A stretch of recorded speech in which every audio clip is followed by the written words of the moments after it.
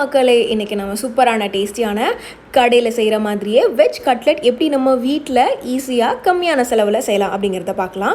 இதுக்கு தேவையான பொருட்கள் ரொம்ப ஈஸியாக கடையில் கிடைக்கக்கூடிய காய்கறிகள், அப்புறம் உருளைக்கிழங்கு, அப்புறமா ரஸ்க் இருந்தால் போதும். ஸோ ரஸ்கில் எப்படி நம்ம இன்றைக்கி வெஜ் கட்லெட் செய்யலாம் அப்படிங்கிறத பார்த்துடலாம். அதுக்கு இப்போ நம்ம காய்கறிகள்லாம் வெட்டிகிட்ருக்கோம். கொஞ்சம் பீன்ஸு, கேரட்டு, பச்சை மிளகா, அதுக்கப்புறமா ஆனியன் இதெல்லாமே எடுத்துக்கோங்க.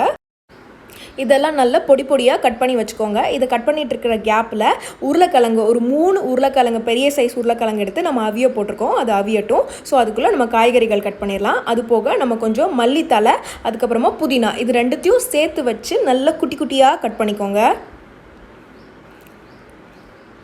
பாருங்கள், இந்த மாதிரி சைஸில் சின்ன சின்னதாக கட் பண்ணிக்கோங்க. இன்றைக்கி நம்ம சூப்பராக கட்லெட் செஞ்சு சாப்பிட்லாம். ரொம்ப எக்ஸைட்டடாக நம்ம வெயிட் பண்ணிகிட்ருக்கோம் கட்லெட் சாப்பிட்றதுக்கு. ஸோ அவ்வளோதான், நம்ம காய்கறிகள் கட் பண்ணி முடித்தாச்சு.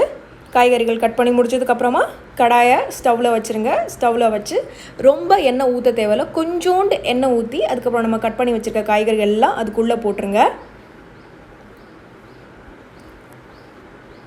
முதல்ல ஃபஸ்ட்டு வெங்காயத்தை போட்டுட்டு அதுக்கப்புறமா நம்ம கேரட்டு, பீன்ஸு இது ரெண்டுத்தையும் போடுறோம். மல்லித்தலைகளையும் புதினாவையும் நம்ம கடைசியில் போடலாம். ஏன்னா ஃபஸ்ட்டே போட்டோம் அப்படின்னா அது ரொம்ப வெந்துடும். So first onion, carrot, beans, பச்சை மிளகா இது நாலுத்தையும் மட்டும் போட்டு நல்லா கிண்டி விடுங்க. அவ்வளோதான். ஒரு பாதி வெந்த ஸ்டேஜில் புதினாவையும் மல்லி தலையையும் உள்ளே போட்டுக்கோங்க. உள்ளே போட்டுட்டு அதையும் நல்லா கிண்டி விடுங்க. புதினாவும் மல்லித்தலையும் லேசாக வெந்து வரும்போது நம்ம எடுத்துட வேண்டியதான். பாருங்கள், நல்லா கிண்டி விடுங்க. ஸோ அப்போ தான் அதில் எல்லா டேஸ்ட்டும் உள்ளே போகும். இப்போ நம்ம உருளைக்கிழங்க அவிச்சு எடுத்தாச்சு. அதுக்கப்புறம் அவிச்சு எடுத்ததுக்கப்புறம் அதை நல்லா மேஷ் பண்ணிக்கோங்க, நசுக்கி விடுங்க. ரொம்ப சூடாக இருக்குது. ஸோ ஒரு கரண்டி யூஸ் பண்ணி, இல்லைனா மத்து உங்கள் வீட்டில் இருந்ததுன்னா அதை யூஸ் பண்ணி நல்லா அதை மசிச்சு விட்டுக்கோங்க.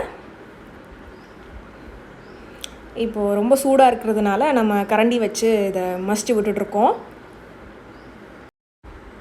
மசிச்சு விட்டதுக்கப்புறமா அந்த உருளைக்கிழங்குலாம் எடுத்து கடாயில் உள்ளே போட்டுருங்க. நம்ம வேக வச்ச காய்கறிக்குள்ளே ரொம்ப நீங்கள் மசிக்க வேண்டாம். நம்ம இது உள்ளே போட்டு கிண்டும் போது அதுவே நல்ல மேஷ் ஆயிரும். ஸோ உருளைக்கிழங்கு எல்லாத்தையும் நம்ம வேக வச்ச காய்கறிக்கு உள்ளே போட்டு இப்போ நல்லா அதையும் கிண்டி விடுங்க. அந்த காய்கறிகளும் உருளைக்கிழங்கும் ஒன்றா சேரணும், அந்த அளவுக்கு நல்லா கிண்டி விடுங்க. இந்த மாதிரி கிண்டி விடும்போதே அந்த கரண்டி வச்சு லைட்டாக இந்த மாதிரி தட்டி தட்டி அதை நல்லா மேஷ் பண்ணி விட்டுக்கோங்க. நல்லா மேஷ் பண்ணி விட்டு ஒன்றோட ஒன்று நல்லா சேரணும். எல்லா காய்கறிகளும் அந்த உருளைக்கிழங்கும் ஒன்றோட ஒன்று சேரும்போது அதோட எல்லா காய்கறிகள் ப்ளஸ் உருளைக்கிழங்கோட டேஸ்ட்டு எல்லாம் ஒன்றா சேரணும். அப்போ தான் நமக்கு நல்ல சுவையான கட்லெட் கிடைக்கும்.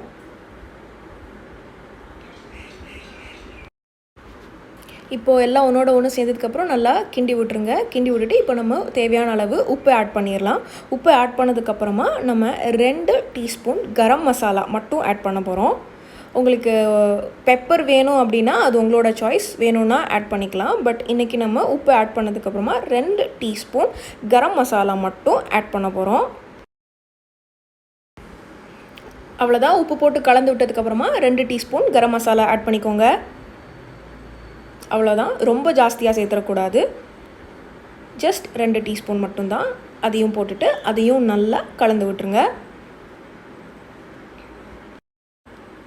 அவ்வளோதான், கலந்து விட்டாச்சு. இப்போது 75% நம்மளோட கட்லெட் தயார். மீதி 25% எப்படி பண்ணுறாங்கன்னு பார்த்துடலாம். உங்கள் வீட்டில் ரஸ்க் இருந்ததுன்னா அதை எடுத்து மிக்சியில் போட்டு இதை மாதிரி பொடியாக ஆக்கி வச்சுக்கோங்க. இப்போ நம்ம பரட்டி போட்டு வச்சுருந்த உருளைக்கிழங்கையும் காய்கறியும் எடுத்து நல்லா ரவுண்டாக ஃபஸ்ட்டு உருட்டி வச்சுக்கோங்க. அதுக்கப்புறமா ஒவ்வொரு உருண்டையை எடுத்து இந்த மாதிரி ரவுண்டாக தட்டி வச்சுக்கோங்க. சிம்பிளாக சொல்லணுன்னா நம்ம வடைக்கு தட்டுவோம் இல்லையா, பருப்பு வடைக்கு, அந்த மாதிரி தான் கிட்டத்தட்ட. ஸோ இதை மாதிரி ஒவ்வொரு உருண்டையாக தட்டி வச்சுக்கோங்க. முதல்ல பாருங்கள், இந்த மாதிரி ஒவ்வொரு உருண்டையாக தட்டி இந்த மாதிரி பிளேட்டில் வச்சுக்கோங்க. இப்போ நம்ம என்ன பண்ணோம்னா ஒரு முட்டை எடுத்துக்கோங்க. ஒரு முட்டை எடுத்து ஒரு பவுலில் போட்டு அதை நல்லா பீட் பண்ணிக்கோங்க. இதை மாதிரி நல்லா அடித்து பீட் பண்ணிக்கோங்க.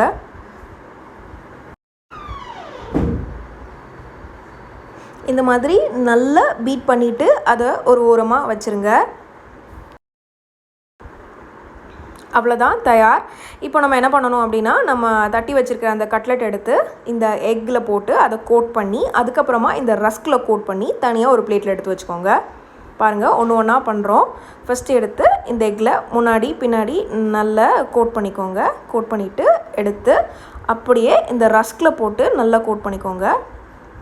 ரஸ்கில் போடும்போது அப்படியே முட்டையில் போட்ட மாதிரி பரட்டாதீங்க, உடையிறதுக்கு வாய்ப்பு இருக்குது. ஸோ உள்ளே போட்டுட்டு இந்த மாதிரி அந்த ரஸ்க்கு பொடி எடுத்து மேலே நல்லா தூவி விட்டு அதுக்கப்புறமா அதை நல்லா 2 சைடும் நல்லா கோட் பண்ணியிருக்கா அப்படிங்கிறத பார்த்துக்கோங்க.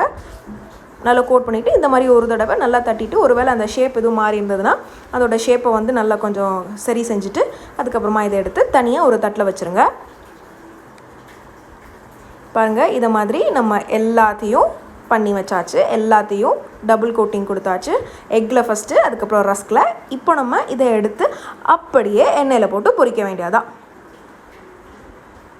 இப்போ கடையில் இதெல்லாம் எப்படி செய்வாங்கன்னா, இதுக்கு நம்ம வந்து ரஸ்க் பொடி யூஸ் பண்ணியிருக்கோம். ஆனால் கடையில் பிரெட் க்ரம்ஸ் யூஸ் பண்ணுவாங்க. பட் ரெண்டுக்கும் பெரிய அளவில் ஒன்றும் வித்தியாசம் இருக்காது. டேஸ்ட் ரெண்டுமே ஒரே மாதிரி தான் இருக்கும். நம்ம வீட்டில் செய்கிறது இன்னும் எக்ஸ்ட்ரா டேஸ்ட்டாக இருக்கும். ஸோ இதை மாதிரி நீங்கள் கண்டிப்பாக வீட்டில் செஞ்சு பாருங்கள். நம்ம ஒரு 3 போல் ஃபஸ்ட்டு பேட்சில் போட்டு எடுக்கலாம். மெதுவாக திருப்பி விடுங்க. மோஸ்ட்லி உடையாது, பட் ஸ்டில் நீங்கள் கொஞ்சம் மெதுவாக பார்த்து எடுங்க. நல்ல பொன் நிறத்தில் அழகாக வரும் பாருங்கள். வேறு லெவலு. இந்த மாதிரி ஸ்டேஜில் எடுத்து நீங்கள் பிளேட்டில் வச்சிட வேண்டியதான் தனியாக. ஸோ இதே மாதிரி நம்ம எடுத்து வச்சுருக்கிற எல்லா கட்லெட்லேயும் உள்ளே போட்டு பொரிச்சிட்ருக்கோம். இப்போது பாருங்கள், இதை எடுக்கும்போதே எப்போ சாப்பிட்லாம் அப்படின்னு இருக்குது. ஒன்று ஒன்றா பொரிச்சு எடுத்து வச்சுட்டு பொறுமையாக சாப்பிடலாம்.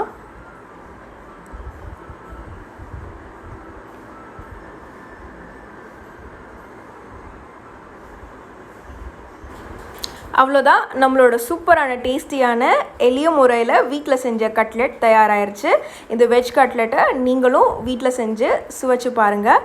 இதே மாதிரி டிஃப்ரெண்ட்டான டிஷ்ஷஸ் வீட்டில் எப்படி செய்கிறதுன்னு பார்க்கணுமா, இந்த சேனலை சப்ஸ்கிரைப் பண்ணுங்கள். அடுத்து நம்ம போட போகிற டிஷ் காலிஃப்ளவர் கொண்டாட்டம். ஸோ இந்த டிஷ் தான் அடுத்த வீடியோவில் வரப்போகுது. அந்த வீடியோவை பார்க்கணுன்னா இப்போவே இந்த சேனலை சப்ஸ்கிரைப் பண்ணுங்கள், லைக் பண்ணுங்கள், கமெண்ட் பண்ணுங்கள், அப்படியே அந்த பெல் ஐக்கானையும் தட்டி விடுங்க.